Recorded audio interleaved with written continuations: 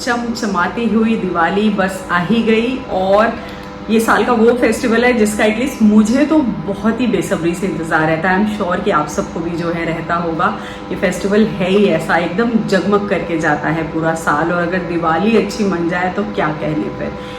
अब दिवाली पंच पर्व है, यानी कि इस एक पर्व के अंदर 5 पर्व है और शुरू हो जाते हैं धनतेरस से।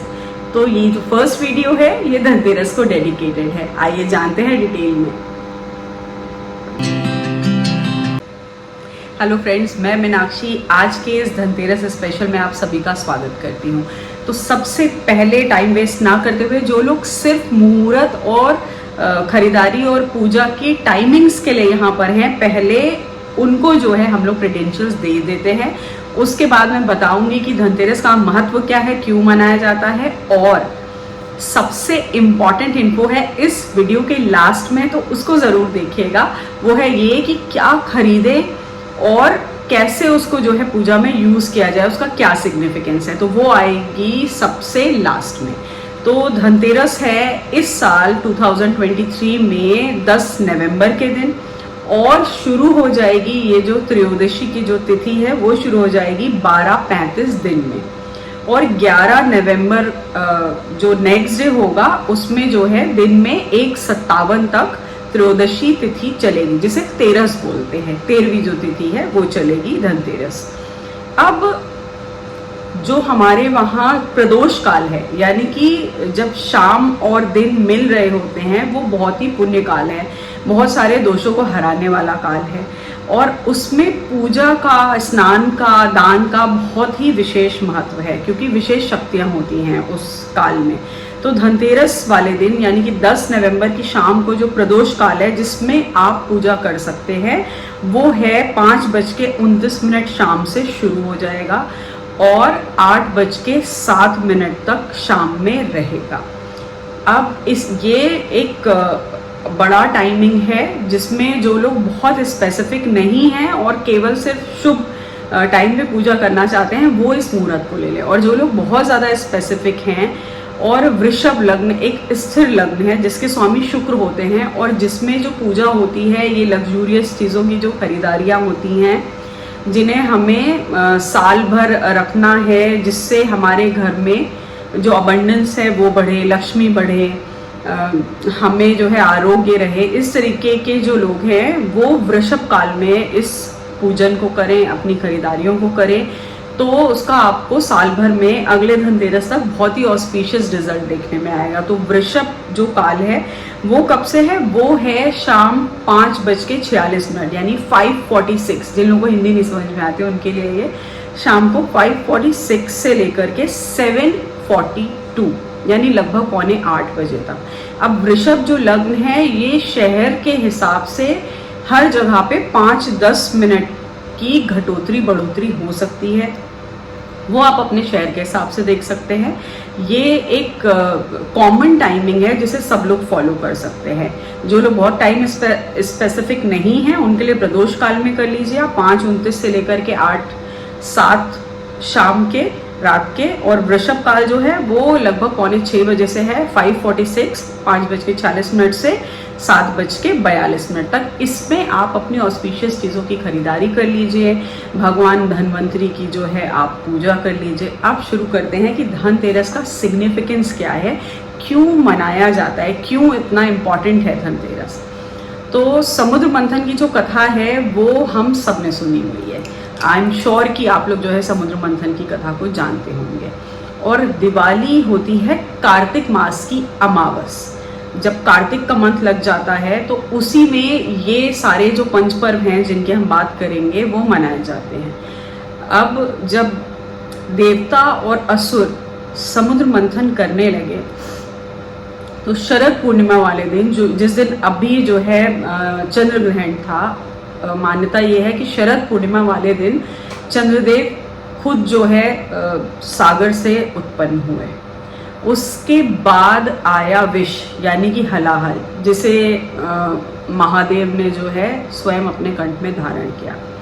और उसके बाद जो द्वादशी तिथि है, कार्तिक कृष्ण पक्ष की जो द्वादशी तिथि है, उसमें समुद्र मंथन से निकली कामधेनु गाय। जो हर इच्छा को मन में रखते ही जो भी उनका मास्टर होता था उसको पूरा कर देती थी। और उसके बाद निकले भगवान धन्वंतरी समुद्र से। तो जब वो निकले तो उनके हाथ में एक पीतल का कलश था, जिसके अंदर क्या भरा हुआ था हम सब जानते हैं, अमृत भरा हुआ था, नेक्टर, जिसके पीछे देवता और असुर दोनों ही पड़ गए उस अमृत को पाने के लिए। तो जो भगवान धन्वंतरी हैं वो आयुर्वेद के जनक हैं। उनके हाथ में आयुर्वेद की पुस्तक भी थी। उनके हाथ में जलौक नाम की एक औषधि थी, जिसके साथ ही वो समुद्र से बाहर आए, और आगे के हाथों में अमृत कलश था। तो अमृत क्या करता है, आरोग्य को प्रदान करता है। उस टाइम में वो असीमित लाइफ को जो है देता था। आप जैसे हैं वैसे ही, मतलब आयुर्वेद की भाषा में बोले तो आप चिर युवा जो है रहेंगे। इस वजह से इस दिन की बहुत मान्यता है। अब पुरानी मान्यता ये है कि आरोग्य के देवता की उत्पत्ति हुई तो सबसे पहला जो धन है, कहा भी गया है कि जो प्रथम सुख है वो है हमारा आपका स्वस्थ रहना। क्योंकि अगर कोई बीमारी है तो शायद हम लोग लाइफ में लग्जरी का उतना आनंद नहीं ले पाएंगे। अगर आप बीमार हैं या फैमिली में कोई बीमार है तो नहीं ले पाएंगे। इसलिए आरोग्य ही प्रथम सुख है। तो सबसे पहले धनतेरस में जो कामना करें वो अपने लिए, अपनी फैमिली और फ्रेंड्स के लिए किस चीज़ की करें, आरोग्य की कामना करें कि कोई बहुत लंबी बड़ी बीमारी ना हो। भगवान धन्वंतरी से उनके अमृत कलश वाले रूप को, कैलेंडर भी ले सकते हैं हम, उनको उनके आगे दीप जलाएं। और सबसे पहला जो धन है सच में वो आरोग्य है, उसकी मंगल कामना करिए।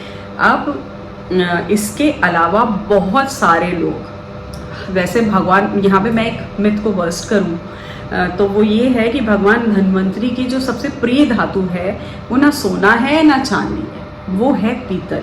उनको पीतल बहुत प्रिय है और वो उसी कलश के साथ जो है आए थे। तो पीतल उनकी बहुत प्रिय धातु है।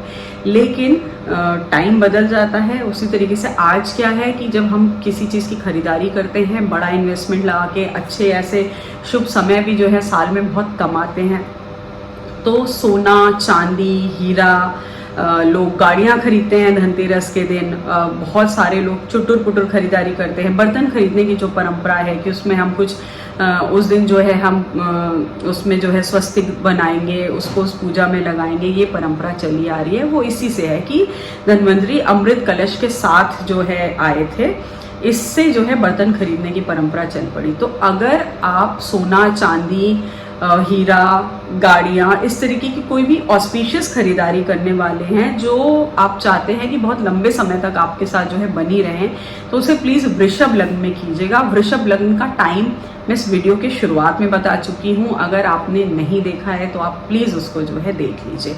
वृषभ लग्न एक स्थिर लग्न है। ज्योतिष में चर और स्थिर लग्नों की एक परंपरा है, जिससे हम लोग देखते हैं कि कौन से समय किन नक्षत्रों में क्या काम करा जाए। तो कोई नहीं चाहेगा कि आज हम गोल्ड खरीदे, कल वो जो है हमारे हाथ से निकल जाए, बेचना पड़े या चोरी हो जाए। इसलिए ऐसे काम स्थिर लग्न में करने चाहिए। तो धनतेरस, तेरस तिथि है, सर्वसिद्ध होती है, इसका पूरा जो है लाभ उठाइए। अब जो लोग इस साल नहीं खरीद रहे हैं, कोई सोना, चांदी, हीरा, गाड़ी, इस तरीके की कोई चीज़ नहीं खरीद रहे हैं, वो क्या करें? और या खरीद भी रहे हैं तो भी उसके अलावा किन किन चीज़ों की खरीदारी करनी चाहिए? सबसे पहले धनिया के बीज खरीदिए। वो जो मसाला होता है ना, कोरिएंडर पाउडर जिसको हम लोग बोलते हैं, वो जिन बीजों को भून करके बनाया जाता है उसको ज़रूर खरीदिए। उसका सिग्निफिकेंस क्या है? उसका सिग्निफिकेंस ये है कि हैंडफुल ऑफ इट बहुत सारा हो जाता है। आप उसको फैला दो तो पूरे जगह पे सॉइल में धनिया ही धनिया जो है आपको दिखाई देगा। तो अबंडेंस का सिग्निफिकेंस है, जिसको बोलते हैं ना कि घर में बरकत बनी रहे। धनिया के बीज जब आप खरीदेंगे, जब जहाँ पर आप धनतेरस की पूजा कर रहे हैं, उस दिन आपके पुराने गणेश लक्ष्मी ही जो है पूजे जाएंगे। मेजर पूजा उनकी होगी भगवान धन्वंतरी के साथ। तो वहाँ पर आप धनिया के बीज ज़रूर रखें और उसकी भी प्रॉपर आरती वगैरह जो है करिए। और इस कामना के साथ कि जिस तरीके से कि धनिया के बीज जो है एकदम छोटी मात्रा में होते हैं लेकिन बहुत अबंडेंस के साथ जो है फलते फूलते हैं, उसी तरीके से मेरा धन भी, मेरी जो आय है, इसी तरीके से फले फूले। ये कामना रखिए। दूसरी चीज़, धनतेरस वाले दिन बोलते हैं कि झाड़ू ज़रूर खरीदनी चाहिए। आप दोनों तरीके की खरीद सकते हैं। वैसे फूल झाड़ू खरीदें तो ज़्यादा अच्छा है, क्योंकि अब डेली घरों में वही लगाई जाती है, वरना बहुत सारे लोग हैं जो सीक वाली जो झाड़ू होती है उसको भी जो है खरीदते हैं। आप दोनों खरीद सकते हैं अगर आप खरीदना चाहें। झाड़ू में माता लक्ष्मी का वास होता है, ऐसा आप सब लोगों ने सुना होगा, लेकिन क्यों होता है? क्योंकि महालक्ष्मी वहीं पर आती हैं जहाँ पर सफाई होती है, स्वच्छता होती है। ये बेसिक रीज़न है कि दिवाली से पहले सारे लोग जो है इतनी घनघोर सफाइयाँ कर रहे होते हैं, उसका रीज़न यही है। और सफाई किससे हम लोग जो है करते हैं? झाड़ू से करते हैं, वो साल भर हमारे पास रहे। मैं पर्सनली जो है एक ही बार में 2 झाड़ू लेना पसंद करती हूँ, ताकि हमारा जो साल है वो धनतेरस की झाड़ुओं के साथ में ही आराम से जो है बीत जाए। आप चाहें तो आप एक भी ले सकते हैं। तो जो आप झाड़ू लें उसमें महालक्ष्मी का निवास हो, ऐसी कामना करें। और एक मौली, रोली और अक्षत अपनी नई वाली झाड़ू के ऊपर ज़रूर डालें। झाड़ू को हमेशा जो है छुपा करके रखना चाहिए। उस पर अगर कभी पाँव लग जाए या कोई उसको लांग जाए तो उसको वापस से प्रणाम करना चाहिए। अगर आप इन उपायों को करेंगे तो सच में जो झाड़ू है उसमें लक्ष्मी का वास होगा।